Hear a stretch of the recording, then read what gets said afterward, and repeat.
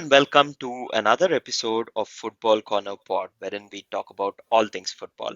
I'm Hari Keshav, and today we are thrilled to welcome, first time ever in this channel, die-hard Arsenal supporter, a true gunner to the pod. Sucheet, wonderful to have you today. Thank you so much. It's my pleasure. To be honest, it's your patience that has really driven this collaboration. Thank you so much for calling me on your channel, and I'm really glad to be here.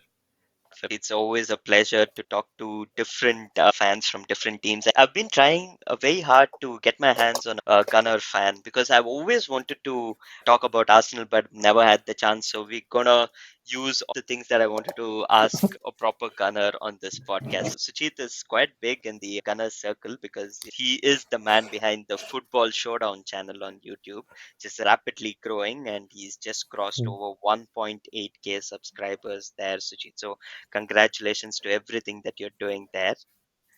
Thank you so much. I'm still in the growing phase of to be there somewhere, but definitely not the biggest. But yeah, I'm really glad. I'm humbled by that. Thank you so much. You're doing great. And I had a look at some of your content as well. Very Mm. fresh, articulate, no nonsense perspective to the game. You also have great digs on the other teams and some Yeah. really nice tactical deep dives and match day Mm. reactions as well. All I can urge the subscribers and viewers of this podcast is to go show Suchit all your love to get your hands on some good Arsenal content. The name of the channel is Football Showdown, and all of the links to his socials also is in the description. So please subscribe because he's doing some fantastic content there. Thank you so much. So what we're going to do is in this episode, we're going to deep dive into Arsenal's transfer business. We're going to talk Mm. about Berta, what you think of him, what's Mm. happening behind the scenes. Is there anything Mm. different from previous transfer windows to this Arsenal transfer window? Mm. Finally, Arsenal have that striker, Gyökeres. So is he the one who's going to lead Arsenal all the way? And Mm. importantly, do you think is this Arsenal's year? So, lot to unpack. Let's go through one by one. Let's kick off with what I think has been a very good transfer window for Arsenal. What's your assessment of the business that they have done? Just to give Mm. the viewers as well an overview of what Arsenal has done so far. I think they started the window with Zubimendi, which was someone Mm. who've been behind for a while. They finally got it done. Yeah. Then came Nørgaard, which was because of I think they had to fill a gap because of what happened Yeah. to Partey, and Mm. then Mosquera, which was a Mm. very surprise signing, I have to say, from an outside perspective, and Right. finally the striker that Arsenal have been wanting for I don't know the longest of time. Started with Yeah. interest with Sesko, but now how do you rate this transfer window, and who do you think are the most important bits? So just let's unpack this together then. Sure, definitely. We did sign Kepa from Chelsea. We did sign Nørgaard from Brentford, Zubimendi. So these three were the first ones that were like coming into the team. So the Kepa situation, many people wanted Garcia from Espanyol. Last season, Edu, the former sporting director, had a chance to like sign him for like close to 12 to 15 million, if I'm not wrong. I'm not sure of the exact number, but it's like way below 18 million as well, right? A top rated goalkeeper. But the only question is that if you're bringing such a goalkeeper for like close to like 20 to 30 million, at a phase where Arsenal needs to strengthen the rest of the team, it wouldn't be ideal, right? Unless you have a little bit of free cash where you can invest on a second goalkeeper of such high quality or such price tag to be a second goalkeeper. Yes, presently Arsenal have a goalkeeper who's stable, who suits the system that Arteta even wants. Because I'm not sure if you have followed it, but before Ramsdale, Raya was a target for Arteta, not just Mm, Arsenal, for Arteta as well. mhm. And there's a common saying: Arteta always goes back to his former targets to try and bring True, them. true. So Raya was one of that. I know Ramsdale has helped Arsenal transition from just being a 10 players plus a goalkeeper to being 11 players on the field, being behind the ball. Raya came to elevated that, and even his shot stopping has been, I wouldn't say good, I would say it has been great. Mm. Last season, he started off brilliant. I'll be Yep. honest, because in the starting, I think 6 to 7 game weeks, it was either him or it was done. Then after that, it just like became where the team was able to like do well defensively as well. Then the set piece goals came. Then a lot of it was regarding us in defense, and all that has been happening, right? So finally, some stability has been found in the goalkeeping situation. Now, if you bring a second goalkeeper of such high caliber, of such age and everything, again, a lot of tensions, a lot of rift might be forming because when Ramsdale and Raya were there, if you are a big club, you tend to have two good goalkeepers, like how Liverpool has with Allison and Kelleher. City with this one, Edison and Ortega, right? I rate Ortega, but Edison is Edison on the ball, and Ortega is Ortega when trying to make those crucial saves or like being that second goalkeeper for City. So if someone like Ramsdale was there, I think it wouldn't have been so bad. But the Mm, fact that Ramsdale depends a lot on the confidence and a lot on the passion bit of things. So whenever he true. had a chance to be the second goalkeeper or be that keeper during cup games, it was disastrous. Yeah. It was in the Carabao Cup or the FA Cup. So I'm glad that they went for a goalkeeper who's ready to be on the bench at the same time perform like he didn't miss a beat coming off the bench. That is in Kepa. Yeah, the 5 million was to City, was to Chelsea, Yeah. which I was like, why? But again, it is smart business, it was shrewd, and it was perfect. The fact that Kepa is only 33 and Raya is 30 was a shock. I thought Kepa was like close to 35 or something, but fair Mm, enough. Two good goalkeepers, I'm not complaining. mm. Coming, yeah, Sujit, go, on go, this yeah. point, sorry, quickly, because Kepa is someone who's a character himself, and we all Hmm. have seen that, and someone who wants to play the protagonist. So, do you think he would be happier on the bench, or is it going to be like someone who's going to push Raya for some competition? I would definitely appreciate the pushing bit of it. I wouldn't appreciate the part where it becomes a Cold War kind of situation. I rather Yeah, see true. them push. Also, the thing is that both of them are Spanish as well. I still feel it's going to be pushing each other rather than being a Cold War because yeah, I think it'll be pushing. I really hope it's pushing. The more I think about it, I really wish it's pushing at this point. Yeah, because I have a bunch of interviews, bunch of goalkeeping drills have been posted by the goalkeeping coach and the media team. It kind of looks like they push each other. Obviously, when Ramsdale was there, it looked like insane to like okay, a guy who's trying. This one, it looks like an insane dude with a very good backup goalkeeper. So Yes. I'm glad it was shoot business. The only, like I said, the only thing is that it was like money going to Chelsea. That is the only complaint I have no other issues with that. The next one, Nørgaard. So people thought Nørgaard was a bad signing because of the fact that he's not exactly going to be the one to take up Jorginho or to take up a certain Partey's minutes.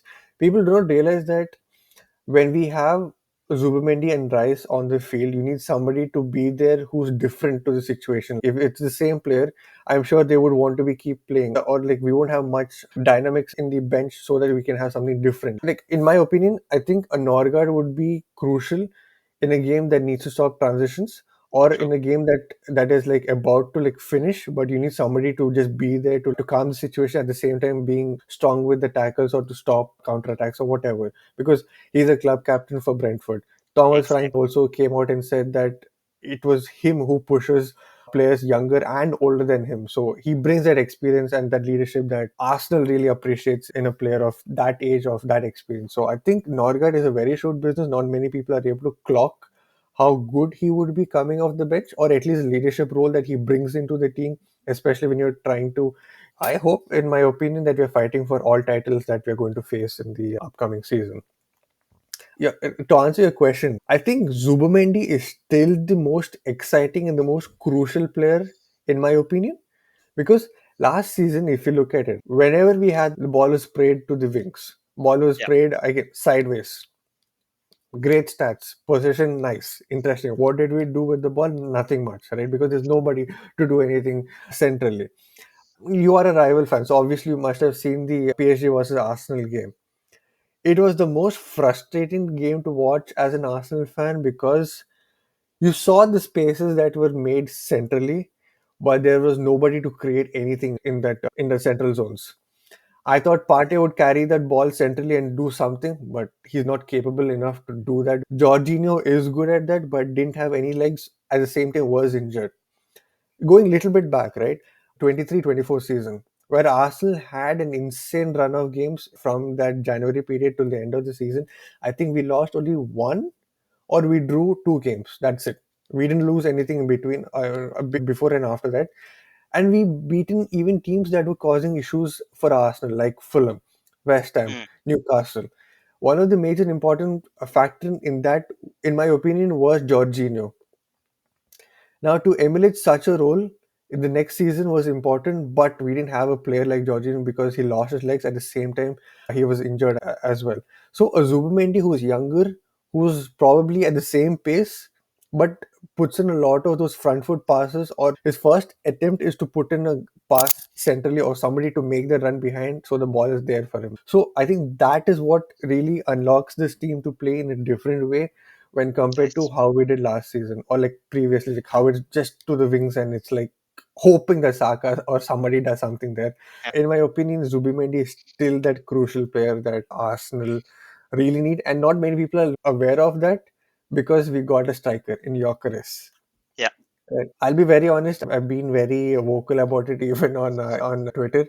Sesko is a player that I really wished Arsenal brought in. Hmm. But you, as a United fan, could agree with me on this point. The drama that the Leipzig and Sesko's agent are playing Yeah. right now Yeah. was a drama that they tried to create or stir up when Arsenal were interested. But the issue that time was that Arsenal were the only team that was interested, nobody else, right? True. So they couldn't really demand the fee or the price that they wanted. Now Yeah. that they're able to bring in you and seeing how desperate Newcastle are, they can. I think you guys have played into their own hands, like, because if Yeah. 75 million, 75 plus 5 has not been accepted for a potential, Yeah. where is the market going? Like, what Yeah. is happening? Right? So Absolutely. just in hindsight, I'm so glad, but he's a smarter one. Obviously, True. there's a reason why he's there and why we are here, right? So yeah, so in that Absolutely. way, yeah, I'm glad Gyökeres is the man that will Mhm, potentially lead Arsenal mhm, to glory that we've been hoping mhm, for a long time. mhm, mhm. Mosquera, to be honest, not just you, it surprised many people. From the 10 minutes that we saw him against Spurs, it looked encouraging. Again, Mm. it could be the new toy syndrome, right? Yeah, New player comes exactly. in, you Yeah, don't see the negatives. You're just, yeah, oh, true. such nice. I just hope he's young. He's definitely very young. He's very front footed. People say he's like a very Saliba. I think it's like his pace and accuracy with Margulis's front footedness in his defensive actions. A lot of time, I feel fans have a lot of patience with defenders. We've seen that with Margulis. We've seen that with Saliba. It was a signing that we really needed. The issue that is still not been solved at the time of recording. Wait, what is the time of recording? Yeah, August 4th. The time in US is 11:32 a.m. Right? We have not Arsenal have not solved the left wing situation. Yeah, true. So before the start of the transfer window, or right even before the season ended, I said I would take a Watkins or a Delap Mm, as a striker. It doesn't really matter mm, as long our left wing situation has been solved. mm. You just get me somebody new.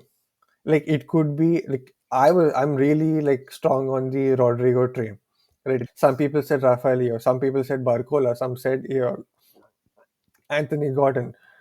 The whole Basically, to summarize the whole situation is that get somebody new who's not a Martinelli or a Trossard starting on the left wing as a starter. I'm a huge Martinelli fan, so I wouldn't want Arsenal to sell him to Saudi.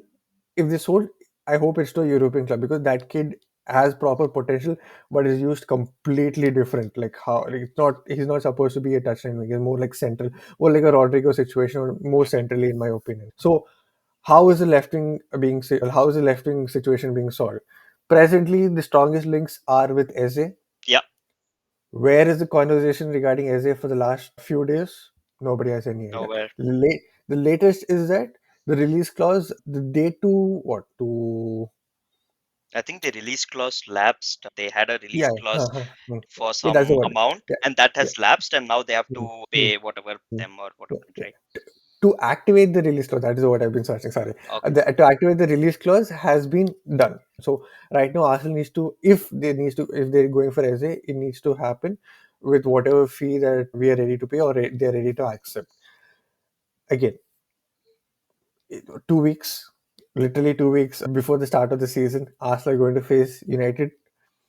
I left don't wing think situation. I don't think a left wing issue of Arsenal is going to be the biggest worry for Arsenal. I think United at where we are and also what we did last season.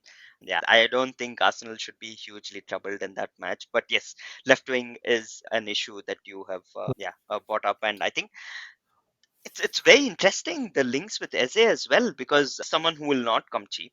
I truly felt Martinelli at Arsenal did not fulfill the potential that he came up with. And probably it's time for you to make that switch. And I guess selling to Saudi, but I Oh, think going as an to Arsenal fan, I would accept the Saudi deal. I would definitely exactly because right. Yeah, right as an sort Arsenal of fan, I would accept it. But like the thing is that you have soft spot for like few players in the true. squad, and you wish that they Absolutely. do well elsewhere in Europe and not in Saudi because you Yeah, see the potential. You just wish. yeah. I'm sure if Martinelli is at Liverpool, the directness that they have, I'm sure he would be utilized in a different way. If he went Yeah. even Bayern, No. right, probably for 60 to 70 million instead of a Luis Diaz for 90 million, I'm sure he would have been very effective as well. So Mm, mm, it's a soft spot that is not really helping my understood. situation where it's Understood. get rid of him. That's the only thing. So yeah. Perfect, perfect. Very interesting breakdown of the Arsenal transfer window. There was this one question that I had because we spoke about Gyökeres and then we also spoke about Sesko. And there's Mm, this big thing earlier in the window that Arsenal has scouted Sesko for years and they obviously dropped out. mm, But my question is from a pure talent perspective, right? mm, mm, Arsenal wanted Sesko and only when it didn't mm, happen, they went for plan B, which is Gyökeres. mm, But you yourself, you said you wanted someone like Chesko because that's what you've been looking for. My mm, goodness, didn't Arsenal actually do the right thing mm, by getting Gyökeres? Because I felt Gyökeres is the perfect for Arsenal only because he's someone who's proven. He's mm, someone who is a now striker, not a project striker or a mm, potential striker of what it could become. Because mm, Arsenal over the years are now finally, in my eyes, ready to properly challenge for the title, and they should not just mm, challenge for it, try to really get the big prize, which is the Premier League. So, in my eyes, mm, Jokeres was. What was your thought process when you had the option of mm, Sko and then Jokeres? Did you feel that investing in a project striker was much better than Gyökeres, or there's a mm, lot of noise around Gyökeres that mm, of all his fallacies that it is in the Portuguese league, it's not like mm, one of the major leagues, and mm, that he also has some issues holding up the ball and not that great link up play. Even in the match against Arsenal, he was always bullied by Saliba and Gabriel, is what people were mm, saying as well. So, what was your thought process when you were presented with these two strikers, and who do you think now, whether you got Gyökeres or not, who would have been the mm. best for Arsenal? It was not the issue, was my thing. Oh Only no. on a So talent perspective, yeah.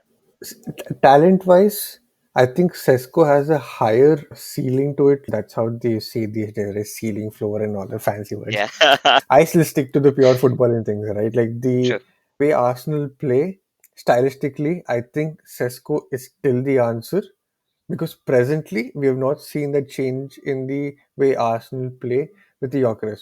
Obviously, because we didn't have much time to like train with him or to understand how he moves with the team or how the team could move with Gyökeres. The last time Arsenal had a completely stylistic change in their attack was in the 22-23 season when Arsenal brought in Zinchenko and Jesus, Correct. right?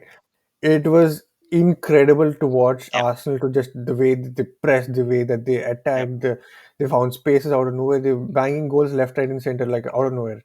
Right? There was even that. I'm not sure if you were aware, but they said that if the commentators say the ball has gone to Odegaard, to Saka, or Martinelli on the counter, it's done.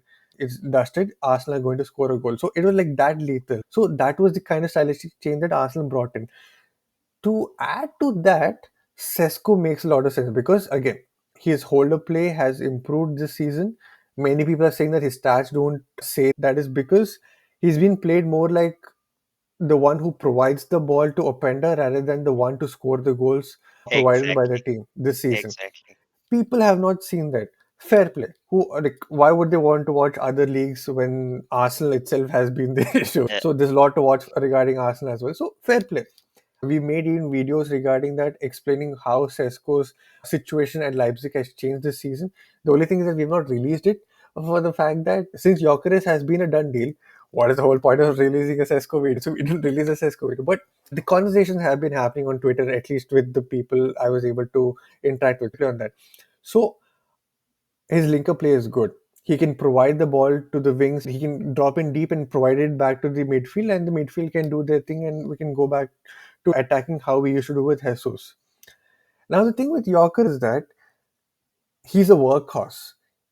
The match you said against Arsenal, who was the attacker who kept going against That our is true. own defense, Yeah. even when they were losing 5-1, even when Yeah. they were losing 5-0 or something? Nobody was going at it except Gyökeres. So mentality wise, he's the one that I think would drive Arsenal to do something in the last 90th minute or something. Because again, 23-24 season, we were winning games even in the death. Last season, when it almost became certain that, okay, if it goes past 87th minute, it's almost certain that Arsenal are not going to find a goal. Whereas Mm, 2 seasons back, you've always had hope that something's going to happen. mm, I don't have evidence for that, obviously. I don't have the stats to like prove that this is been the case. But it almost felt like there's not much going to happen here. But with Yorker is right, that's the mentality that he brings in. Again, talent wise, Sesko is much higher. Will he fulfill that? I hope he does it. As a pure football fan, I hope he does it because who wouldn't want a great striker in this up and coming era, right? And that's a whole other topic. So Gyökeres is at Arsenal do definitely need to change up a lot for sure to make sure that his pros are elevated to the next level. His cons mm, could be nullified because of the system that we need to make the changes in. We need to make sure that he's more up there near the box rather than trying to help somewhere in the midfield. He should be at the box where we've been crying for somebody to be there. Yeah, all in all, a proven striker like how you said, a mentality monster like how you said as well. And since he came on the news, like how he broke all bridges to be at an Arsenal, who wouldn't want such a player to like such that a is true. top striker, yeah, striker to be at your club? Like even if Sesko did 10% of that, I'm sure he would have been there. But Yeah. he- he's literally broken all bridges. It almost felt if not Arsenal, he's probably gone to Saudi or nobody else. Yes. For a fact, you never know. Even his career might be done because the way he is like involved, his agents, Yeah. his family, his lawyers. He's just probably broken all bridges in my opinion. Yeah. So I'm happy with Gyökeres now. Nice, nice, Suchit. The only thing for me as an outside Mm, fan that mm, made Sesko probably a better option for Arsenal from a talent perspective, what he's got in his arsenal, nice pun mm, word as well, mm, was because of his aerial ability. I feel Sesko has mm, a better aerial ability than Gyökeres. And considering how Arsenal play with a lot of mm, crosses into the box, always mm, trying for either a striker or their defenders, I think Sesko, despite his height, does not is not the best aerially, mm, whereas Chesko is much better. He's taller, but he also mm, has a much. I think he scored more headed goals mm. than He's about 6'4", 6'5". The way he yeah, jumps, he exactly. leaps also, it'll feel like what, 6'10". He's an yeah. Yeah. So Ah. that was the only thing that I felt Mm, would fit Arsenal better mm, because, and also, I think Gyökeres is, but as you said rightly, right? mm, Arsenal, mm. I feel, have to slightly change the way they play because Gyökeres is more of a fox in the box type of Yeah. striker. Mm, If mm, they can do that, I don't mm, see why Gyökeres can't be a hit. And just purely because of the facts of numbers he's been putting. The only thing is, there's what do you think about this, Suchit? There's mm, this lot of talk about, okay, it's just the Portuguese league, okay, it's just the French league, but mm, there is no substitute for goals. You can only score against the teams that you play against. mm. And Yeah. if you've been scoring the volume of goals that Gyökeres has been scoring, you put a striker in the top five leagues or Mm, any league in probably who's been scoring as many goals as Gyökeres. So there is no to that. So I don't know what the noise is all about. Are you mm. potentially worried that coming to England, he might be challenged, he might start slow, and he might have a lot of time to adjust? Or do you think this man knows how to score goals and he's going to find a way and he's going to hit the track running as soon as possible? Fast. So I'm not going to be here and act like I've been a pro Yorkeris from the get go. Little small story going deviating from the topic. About 1.5 year back in the during the winter window, I've actually made a video completely based on stats regarding Gyökeres' background and how he's been putting up numbers and putting Haaland as a benchmark and why Gyökeres could be the next number 14 for Arsenal. Somehow that became the prophecy after 1.5 season. Fair, Nice. whatever happened there. Like you said, there is no substitute for the goals that has been coming. He's been at the championship level, he's been banging goals and all of that. True. And historically, we have seen people who score goals in the championship do well, at least do well in the Premier League. Some have Sure. gone on to do incredible, like Yep. Vardy, Watkins, uh, not Torini, I would say Ivan Toney as well. Yep. I know some of them have been penalties and all that, but again, goals are goals. You can't like Yep. really deny that, right? I think it would translate to what level is what I think needs to be looked at. I'm not too keen on him scoring goals in the upcoming two preseason games that Arsenal have with Villarreal and Athletic Club. I don't care if you don't score in these two games. I just want to see how the team is adjusting to his style and can he bang the goals in the Premier League. But to just help you understand, right? When Arsenal lost his Spurs, in the 10-minute cameo, people have made fail compilations which is longer than 10 minutes. His cameo has been only for Yeah. 10 minutes, by the way. Yeah. The fail compilations has been more than 10 minutes. Like, they've gone in great detail to show why this guy will fail. He's just worn the jersey. Yeah. And the team is not even sure on how he's going to play. And I don't even think they had much training session because Yeah. he was signed, he was flown to Hong Kong. They had one session where fans came and so Yeah. I just think people who have been fans of Sesko like me have not completely been okay with the fact that Gyökeres will still do it. I think the minority of the fans who are still remaining on the Sesko train have been the most vocal, and that is why it looks like Gyökeres can't do anything. That's the sad bit. I'm just saying, Arsenal fans, if you're watching this, let's be patient. I'm sure he will do well because if a Merino can score almost double figures, if a Kai Havertz could almost score 18 goals in True. just in the Premier League, are we really being serious that Gyökeres will be a fail? I'm sure Exactly. if he scores 15 goals in just the Premier League, I'm sure it will elevate us to another level. I'm Yeah, very because sure of that's that. 15 more Hmm. goals, and that is Exactly. exactly from a proper striker. And then if that's the service that Merino and Hmm. Havertz got, who are Hmm. not as half of the striker Gyökeres is. Hmm. So you Hmm. can imagine the volume output that he could put. Obviously, it's not going to be the same as in Hmm. Portugal. It's certainly going to bode well for Arsenal. I think that's really good that we spoke about all of this quite comprehensively. Hmm. Yeah. Also, just one Hmm. question. Now that you've Hmm. seen all of these building blocks fall into pieces, apart from left wing, do you see in there's any other problem area for Arsenal that they have to I fix? forgot. Oh my god, I completely forgot.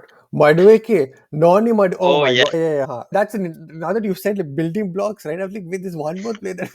Yeah, it is Noni I forgot Madueke. myself. I forgot Kepa and Madueke. I have been quite No, bad no, at no, that. no worries, no worries. Because you said if, building blocks have been fallen, and then like, how do you think? I was like, wait. Noni Madueke as a right wing backup again. My issue, I'll try to say it in like in 2 minutes. Okay, Go for it. Rafaelio is a maverick on the left wing. Yes. The issue is that he is like a boomerang. Yep. On his day, he's insane, but he's not available to do that. He's not consistently available to do that. That is my only concern. Noni Madueke at PSV, he was an absolutely brilliant player. Arsenal were even linked or even wanted to bid for him last summer, but Chelsea were smart enough to go buy him the previous winter window itself. That is the whole reason why Arsenal couldn't get him. Again, Arsenal and Arteta has a thing to go back to their previous targets. What has happened? The moment Madueke was available or the agent started to stir up something, boom, we spent the money and got him. As a writing option, great. People are starting to see him as a Rafinha kind of player at Arsenal. I'm not opposing that. As long as that money has been spent on a player like that and to be effectively used at an Arsenal, I think he will do well. My only hope for him is that be consistent. I Mm. know you are a great player. I know the kind of things that you are capable on the pitch. I just hope with a manager like Arteta, with assistant coach Hines, it Yeah. should be solved because there is a very good player in him. I just hope it's the environment that helps him elevate his situation. And now that the fact that he's homegrown as well, we don't have to go and invest in other homegrown talent. Yeah. Back to your question regarding squad building and building blocks. I completely forgot again, Nani. No worries, all good. I think it's very good that we talked about Madueke because if we had just gone about this podcast, talked about all of the new signings, we've talked about Mosquera and we don't have talked about Madueke, that would look made me look bad. Probably That Sucheet, is people would have thrown stuff at you then. yeah, for sure. I can't believe I forgot him, man. Something is triggered, but yeah, fair Yeah, enough. Yeah, exactly. I totally missed it. That was one of the marquee signings that yeah. did make. I know, but Yeah, slipped through the yeah. fingers. Yeah. Hmm.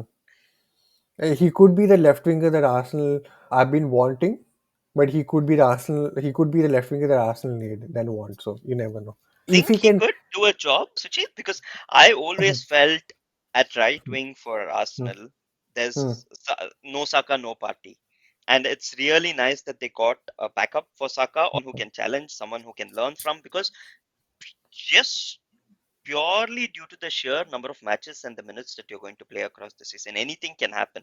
And we Hmm. have to also take into account that this will be a World Cup year, which will be coming Hmm. up, and Yep. players at Good. some point are going to protect themselves a bit.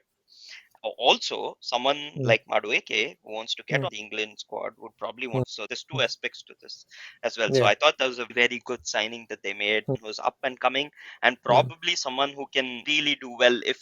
And someone like Arteta who does promote youth and who's had a very good track record with youth, and Hmm. someone who's a bit unpolished but can make them Hmm. truly shine. I think that was a good signing. But do you think Madueke can also be a solution on the left wing? So remember Rafinha saga with Chelsea, Arsenal. Yeah. So when Arsenal were going for Rafinha, majority of the people or majority of the other report that came instead of just the price tag and everything, they said Rafinha would be the player that Arsenal play on the left wing. Hmm. Yeah, wow. cut cut to 25-26. Madueke coming to the Arsenal has great numbers as a left winger, has been putting up great performance again as a left winger for PSV. Has put Okay. in great performance for Chelsea against Liverpool, Everton. He's going back to a situation where he can play a Rafinha kind of player as a Hmm. left winger. Who thought Hmm. Rafinha would do so well as a left winger at Yep. Barca? Yep. Not me. Did you Not think? me at all. No. Yeah, exactly. Like it's been all the tacticos or the reports that have been saying that left-footed left winger. If it works out, I'm not complaining. If he Yeah, wins something, absolutely. I'm definitely celebrating as if I've been supporting this case from the Yeah. start. Arteta, do your thing, man. You are the manager. There's the reason why you're the manager. I'm just a fan here, like assuming and resuming things. So, yeah, if it works, sure, why not? And like you said, it's a World Cup year. I think maybe. Do you? Let me just ask you a question, if you don't mind. Do you think is that the Sure. reason why majority of the clubs have been investing heavily to make sure that their bench is almost as strong as a starting 11? I think there's a couple of things related to this, Sujit. The one Hmm. is I truly feel the sheer number of matches, minutes, injuries that is going to take place. And at some Hmm. point during the World Cup year, I feel if the top teams, like for example, let's say Team A is not in the running for the league or in the last parts of the Champions League, I feel Hmm. they will start resting or they will be rotating themselves and stuff, like Hmm. will want to protect themselves because they do not want to miss going out to the World Cup. That is number one. Number two, Hmm. I feel because of the present PSR environment that we are there, that clubs are just in Hmm. this big quagmire of how we can sort out the funds, how we can be green on the PSR list, and then there's a lot inter club. Some clubs have formed these mafias, and there's just like some transfers going here and there, which like actually you would call them swap deals, but they aren't. They Hmm. are the termed as separate deals at the moment. So Yeah, and yeah. they're stacking up the squad. But Hmm. I think it's too many matches played, too many tournaments, and Hmm. I also know that in the middle they will play European qualifiers. There'll be Nations League. There's this Hmm. whole new tournament of this Hmm. FIFA Club World Cup. I truly feel all of the clubs, at least the top clubs, are just inflating their squads just to Hmm. not feel sorry then later. Suchi, then one last question, and this is probably the biggest question that everyone within the Arsenal fan base, outside the Arsenal fan base have. Hmm. Do you finally think is this Arsenal's year with the signings that have been made, with how with changes in the backroom structure happening, with Hmm. how close Arsenal have been in the Hmm. last few years, and Hmm. also because of that Labrador that you guys have called Win? Oh, Do you finally think this is your year now to win the Premier League? nice, nice. I like how you like brought up like changes in the background stuff. Oh, you brought in a dog to a Labrador called Winner. Nice, nice. I like this question. Why are you not there presenting on the main stage? Eh? But yeah, to I'm answer that, yeah, go I ahead, go just ahead. want to say The only thing that makes me like Arsenal a little bit is two things. One is the Labrador, and Mm, obviously one is Saka. Obviously, you got to like yeah. the like he's just amazing. But yeah. Mm, fair. That's your question. How do I put it? Sujit, you can't start is this Arsenal's year by scratching your head. You have to stay confident, at least for the fan base. Come No, on. no, no. See, I know. At this point, I just want to be consistent with what I've been saying. I don't want to like come on your channel and say one thing, but on my stream something else. Probably if I'm collaborating with someone else saying something, I just want to be as consistent as possible with what I feel. I just feel Arsenal. I think this season is the one that they have to win a trophy no matter what. Mm, I am pro Arteta. But if there is no trophy, see, if investing this much in an attack, so previously we've been saying, I've been saying that, okay, Arsenal didn't invest in an attack. So how the hell are you expecting Arteta to go and get you trophies when the attack has always been depleted or doesn't have any backups to whoever the players are? And now you're getting a Madueke, you got in Gyökeres. You're assuming that we're still getting an essay. That's three enforcements in your attack. Will that solve everything? Hopefully. Is that the investment that we've been seeking for? Obviously. So, are there any excuses? Definitely not. So, I want Arsenal to at least win an FA Cup and a Carabao Cup at a minimum. The Premier League also has to be there. Not, I don't think it has to be. It is the one. If not the Premier League, I want Arsenal to go back to the semi-finals of the Champions League minimum, because that is the only way I can justify that. Okay, two domestic cups and one more semi-final, because clubs need to be in the quarterfinals or semi-finals consistently to be finally able to get that big trophy. Man City have done that. PSG has done it. Arsenal needs to do that. If not, at least getting to the semi-finals or finals, then a Premier League is a must in my opinion. mm, Because, come on, second thrice in a season, thrice in a row, without any attacking reinforcements. Yes, the one time we got attacking reinforcements, we finished from struggling to finish fourth. We just catapult ourselves to being second. Next season, we were consistent in that. Third season, we regressed in our attacking ways, but we were still consistently winning games. This season, we have to go win it. I know Liverpool are the favorites to go win it, but Arsenal fan, I have to say that Arsenal have to win the Premier League. Yeah, An man. extension of your question that I had Yeah. was you said a trophy at a minimum and Hmm. have to go for the Premier League. But do Hmm. you think a bad run in the Premier League, when I say bad run, is Hmm. say, and it doesn't have to happen, what I'm trying to say is just a hypothetical situation, is Hmm. if Arsenal do finish out of the top four, but they do end up winning either a Carabao or an FA Cup, do you think Hmm. the Arsenal fans' patience in Arteta will stay there for a couple of seasons, still believing that this could still long term provide fruit?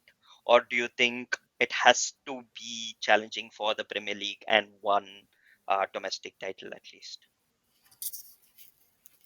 Okay, this is some question I don't think any Arsenal fan had to answer in a while. That is, wow. Out of top four, see, if he's finishing out of top four with this much recruitment, do I need to say what is going to happen? Yeah, no, because Suchit, the issue is Hmm. Arsenal have been extremely patient with Arteta, and Correct. as someone as a United fan who's Hmm. seen, Hmm. or probably a Chelsea fan can relate, someone who's seen the flux of managers and not just in and out. This the seventh year of Project Arteta, sixth, seventh. Yeah, yeah. I think 2019 he came after December or during the December time. Yeah, yeah. So sixth. Yeah. sixth year of Project Arteta, and I have to say this has been something that is very. It looks really good for me, even as an not an Arsenal supporter, that how Hmm. Arsenal have rebuilt from, Hmm. and how well Arteta has been given the time, the tools, and slowly had incremental changes, window by window, year to year, and you can see how they play. Everything has changed, but Hmm. what has not changed is their ability to win the big matches and win the big trophies, Yeah. which Hmm. unfortunately has been the case. So, my Hmm. question is, do you think if, let's say, because Arsenal have been too close and with so much recruitment, if Hmm. in case Arsenal do not finish in the top four, but do win a trophy, which has been also not, something that's not been the If that is case. the case, the trophy better be a UCL. It can't be a Carabao Cup. Exactly, exact, It exactly. can't be a FA Cup or a Carabao Cup or both of them and finishing out. There's no. I see. As a pro Arteta fan, I'm like, bro, leave. Just leave. Yeah, Just forget it. I yeah, can't. Oh, these many years out of top four, and this is winning FA Cup and Carabao Cup just to finish out of top four now. I wouldn't take it. No chance. understood. Perfect. Yeah, that was the question because although it is extremely nice to see how well this project has evolved, I think it has to Hmm. reach a crescendo, right? You can't Hmm. easing the fans up to the crescendo and then it has to Absolutely. finally drop. But Yeah. it's been brilliant. Just one final wildcard bonus question. Sure Who do thing. you think this season for Arsenal is going to be the main man? Let's branch this question into two. The main man, the star man, who's going to take Arsenal to something, Hmm. hopefully this season, and who's going to be that one surprise player who's going to come out of the syllabus and surprise you all with some very eye-catching performances and being very Hmm. consistent. I think the most obvious answer that many people would say is Gyökeres, but I would say for me, like I said before, He's going to Zubimendi, be the because star man, you said. I feel if we just played last season's main team and just put Zubimendi in that, we would still be very effective centrally. So that's what I've been saying. Like he opens up both the wings and the central zones. That brings in a new dynamic. So that's why I think if Zubimendi clicks, or if Arsenal extracts the best out of Zubimendi, I think it will bring out a lot of dynamics that many people have been saying that they become predictable. I think they will become little bit unpredictable with Zubimendi's inclusion. Out of syllabus, good question. You, I don't know if he'll get minutes, but it could be Max Dorman. Oh my God, we have to talk about Max Tauman because I was waiting if you would also think along the same lines. What a talent you have on your hands. I would love, I know we've, as United, raided Arsenal for some of the talents, but this Mm. is one talent I guess Arsenal is not letting go of. What a talent. Oh no, But it definitely, probably yeah, probably we will sell like Yorker or something, but we're not selling Max Dorman. No chance. No, the kind of things that he's done as a 15-year yeah. old, those cameos, mental. It's But do absolutely you crazy. think already, Suchit, he's ready for some minutes already this season? Like at No, least in no. the FA Cup or Carabao? Oh, maybe in the FA Cup and the Carabao Cup, depending on the situation or depending on the teams that you're playing. If you're playing like a lower, if you're playing someone in the second league or someone like that, they have nothing else but physicality. I Yeah. wouldn't want to throw my boy like that, but I wouldn't want him to be there. Maybe get those fringe minutes. Maybe if Mhm. you're winning like a 2-0 and there are like what 5 minutes left or in the Premier League, fine. Throw him. Just go enjoy. Yeah. Only in Wouldn't he the also only be the youngest already? I think no, Lewis, no? the youngest it still will be Ethan Veneri. This one, Max Doman, it won't be the youngest if he Okay, gets some minutes. Yeah. Ethan okay. Veneri is still. People forget that Ethan Veneri and MLS are still 18. They still have to contribute big time for the club. MLS is already done, and then Ethan Veneri is starting to find his feet in that midfield slash right wing. So I think okay, you know what? If you're being very logical and not putting too much pressure on the youngsters, I think the surprise one would be Madueke.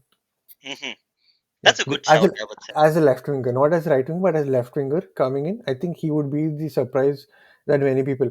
Again, the surprise better be a good one. I hope it doesn't become. I know this would not work, but holy shit, not like this bad. So yeah, I just hope it's not. I think it would be a good surprise for many fans. Absolutely. Arsenal fans, do let us know what you think. And on that Hmm. note, that is all we have for this episode. Thank you so much, Sujeet, for joining us on the pod. It's truly amazing talking to you all things Arsenal. It was really nice. I had a really good time. Hope you had the same Oh yeah, as for well. sure. Yeah, definitely. I had a great time. I'll be very blunt. Majority of the people who I've interacted with regarding Manchester United, it has never been logical. It has always been bring the trophies. Then we'll have conversation, right? So then I've met someone like you. Then I met Ash from Ash Talks Football. Then Yeah. I met Nathan, right? These three are probably the most sensible United fans I could genuinely have long conversations with because my own friends from school, I can't have more than like 20 minutes with them because it starts to like, okay, history. Okay, this trophy, that trophy. I'm like, bro, we're talking present. Just we'll stick to present. When you go, if you're talking history, then we'll no, we'll bring history. I'm so glad I had a very constructive and a good conversation with you, man. I'm so glad that you're one of those Manchester United fans who are trying to bring in sensible content. Not the sensible content would be a little bit arrogant. I would say a good change to the Indian discourse that has been happening, where it's been fully drama and less on the logical side. I'm really glad you're one of those people to bring the logical side of things, man. Thank you so much, Suchit. That's what we try to do on the pod, to Mm, bring mm, people across fan divides and talk about mm, the club and that they mm, love so much, right? So mm. it's really nice getting that Arsenal perspective, and hope we can have you on the channel a lot more during the season at various points to see if everything that Definitely. you've spoken on the pod has come true or it's Mm. all gone tits up. So let's, I hope not. Yeah, I just hope. I'm no prophecy maker, but if something clicks, I'll be the first one. Yeah, I told you on this one. It'll be fun. Brilliant, brilliant. Call me out on that. Yeah, please, let's do that. Great. And for all your viewers, please give Suchit all your love. Go to the Football Showdown, show him some love, give him a for all of the wonderful content he's doing. All of the links to his socials are in the description below. And as always, please do show some love to our content as well on Football Corner Pod. Your love and support has been truly amazing and allows us to bring such guests across fan divides and across continents as well in this case. Yeah, So keep it coming, guys, and we will be back soon with another episode. So until then, take care, stay safe, and be aware of any corners taken quickly. See you guys. Bye. bye bye.